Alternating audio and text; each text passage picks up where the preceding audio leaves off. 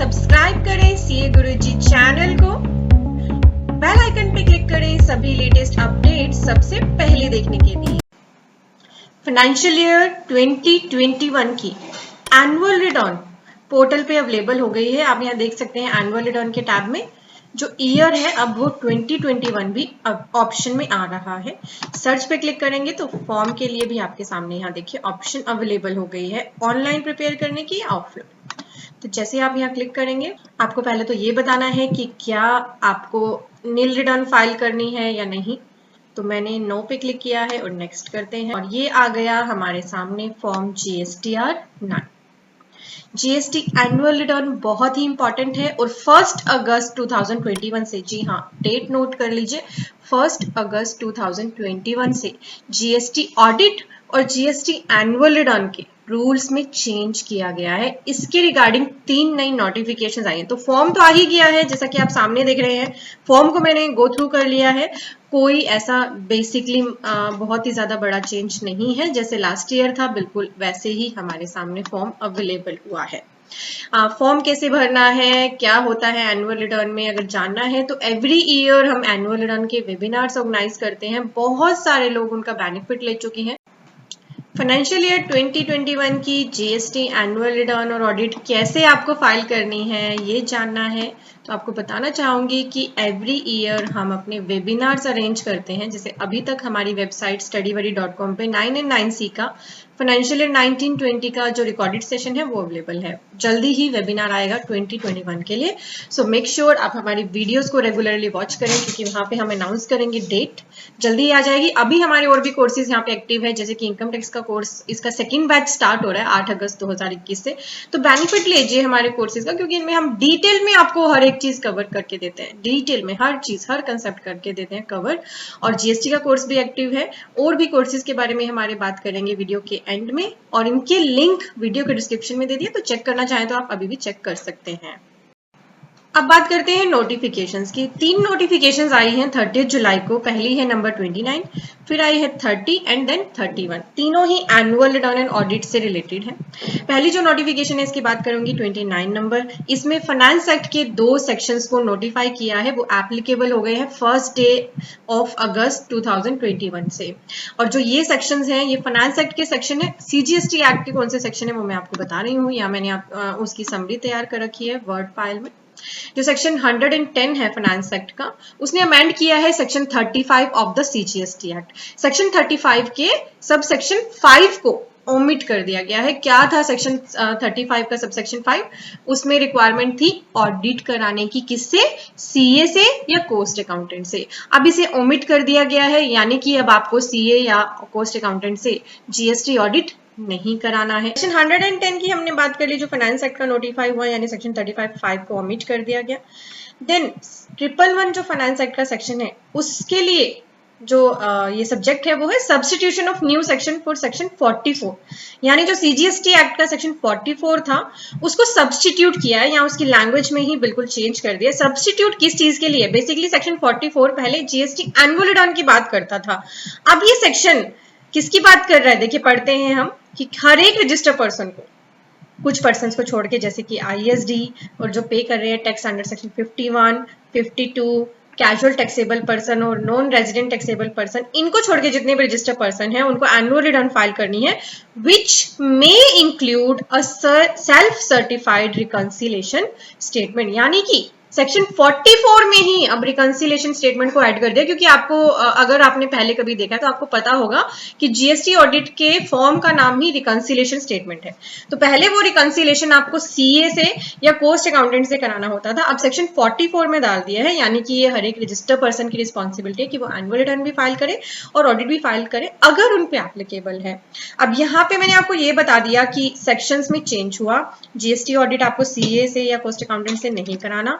अब बात ये आती है कि क्या सभी को जीएसटी ऑडिट और मतलब रिकंसिलेशन स्टेटमेंट और एनुअल रिटर्न क्या सभी को फाइल करनी है? इसके लिए नोटिफिकेशन आई हमारे पास 30 नंबर नोटिफिकेशन में भी 1 अगस्त से कुछ रूल्स को चेंज किया गया। रूल 80 के थ्रू इन्होंने बोल दिया कि सेक्शन 44 के according GST annual return file करनी है। देन इसमें ये बोला गया कि अगर हम 9C के बारे में बात करें, सेक्शन 80 का सबसेक्शन 3 जो हमें बताता था 9C के लिए, उसमें ये लिखा गया कि 9C ऐसे पर्सन फाइल करनी है जिनकी annual aggregate turnover during a financial year exceeds करती है 5 करोड़ रुपीस से।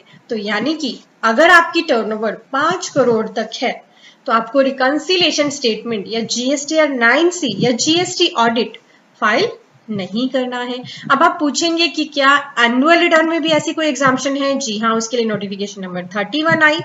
यानी अगर आपकी टर्नओवर अप टू 2 करोड़ है तो यहाँ लिखा है कि रिकमेंडेशन ऑफ काउंसिल के थ्रू यहाँ एग्जाम्प्ट किया जा रहा है ऐसे रजिस्टर्ड पर्संस को जिनकी जो टर्नओवर है इन फाइनेंशियल ईयर 2021 वो है up to 2 crore rupees. Exempt कर दिया है, मतलब आपको छूट दे दी है कि आपके लिए फाइल करना मैंडेटरी नहीं है।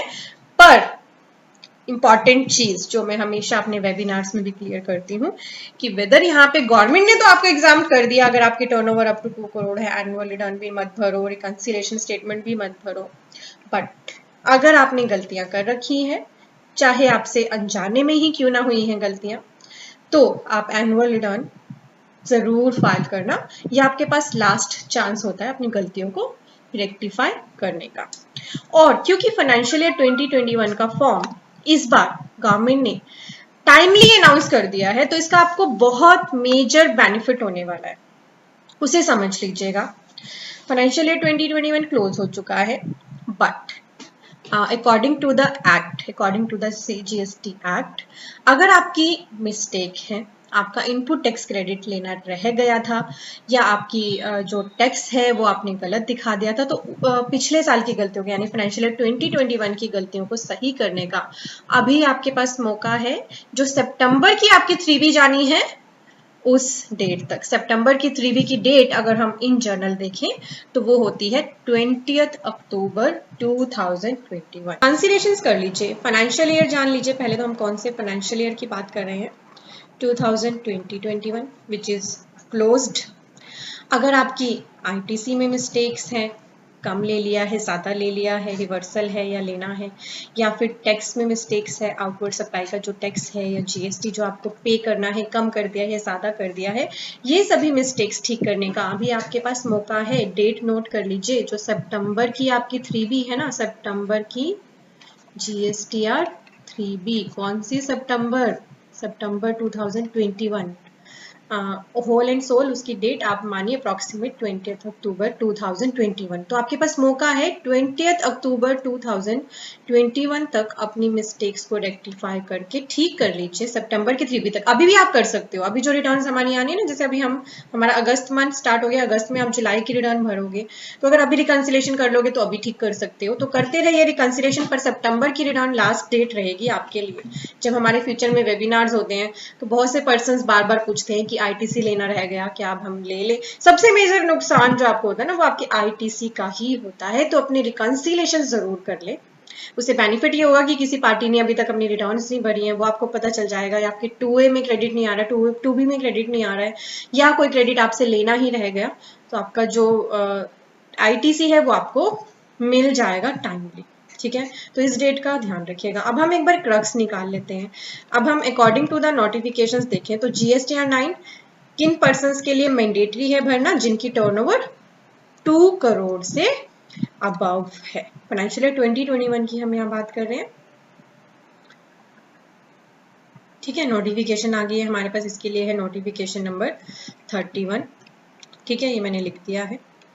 और जीएसटीआर 9C, अब ये ऑडिट आपको नहीं कराना सीए से, आपकी रिकंसिलिएशन स्टेटमेंट है। अगर आपकी टर्नओवर 5 करोड़ से अबव है तो आपको 9C भरना है। इसके लिए जो नोटिफिकेशन है उसका नंबर है 30/2021। इस नोटिफिकेशन में रूल 80 का चेंजेस बता दिए गए हैं, और साथ ही फॉर्म के लिए जैसे कि जहां पे 2019-20 लिखा था वहां हर जगह सब्स्टिट्यूट कर दिया है ईयर 2020-21 को। कोई मेजर चेंज अभी तक फॉर्म में अनाउंस नहीं हुआ है।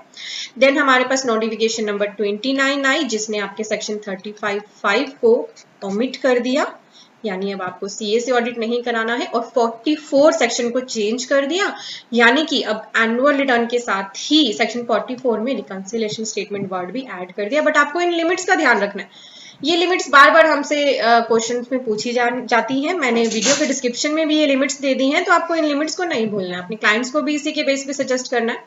बट ध्यान ये रखना है कि वेदर 2 करोड़ तक एनुअल रिटर्न एग्जाम की है गवर्नमेंट ने, बट अगर आपकी मिस्टेक्स हैं तो एनुअल रिटर्न आपके पास आपकी गलतियों को ठीक करने का लास्ट चांस है। मिस्टेक्स के केस में वेदर टर्नओवर 2 करोड़ से कम है तब भी अपनी एनुअल रिटर्न को फाइल कर लेना, और आपको कोई भी इशू नहीं आएगा अगर आप वेट करेंगे अभी हमारे जो एनुअल रिटर्न है उसके वेबिनार के लाइव होने का। मैं ले आई हूँ आपको studywordy.com पे, यहाँ हमारे कोर्सेज एक्टिव हैं। 99C अभी आपको फाइनेंशियल 1920 का दिख रहा है, जैसे ही हम अनाउंस कर देंगे 2021 का तो वो आपको यहाँ पर दिखाई देने लगेगा। इनकम टैक्स का कोर्स हमारा स्टार्ट हो रहा है बैच 2, जिसमें आपको आइटर 1, 2, 3, 4 प्रैक्टिकली विद ऑल एस्पेक्ट्स सिखाई जाएंगी, तो इसमें एनरोल करना ना भूलें। जीएसटी का कोर्स रिकॉर्डेड सेशन में अभी अवेलेबल है, और इनकम टैक्स का कोर्स खत्म होते ही जीएसटी का भी लाइव सेशन हम स्टार्ट कर देंगे। अगर आप बहुत सारी बैलेंस शीट्स बनाते हो, आजकल बैलेंस शीट्स का टाइम है, आप सभी का काफी टाइम इसमें कंज्यूम हो रहा होगा, तो टाइम सेविंग के लिए हमारे ये पॉपुलर कोर्स लीजिए, ट्रायल से ऑटोमेटिक बैलेंस शीट बनाना सीखें। और जीएसटी एंड इनकम टैक्स का हमने कॉम्बो भी यहाँ अवेलेबल करा रखा है, तो सभी के लिंक्स वीडियो के डिस्क्रिप्शन में, इनका बेनिफिट जरूर लीजिएगा। Thank you for watching, bye bye. Important videos को देखने के लिए हमारे चैनल के सब्सक्राइब बटन पे तो क्लिक कर ही दीजिए, साथ ही दिया गया है एक बेल आइकन, इस पे जरूर प्रेस कर लें। इससे फायदा क्या होगा कि आपको हमारी वीडियोस की सभी नोटिफिकेशंस मिल जाएंगी सबसे पहले, और आप कोई भी इंपॉर्टेंट वीडियो मिस नहीं करेंगे।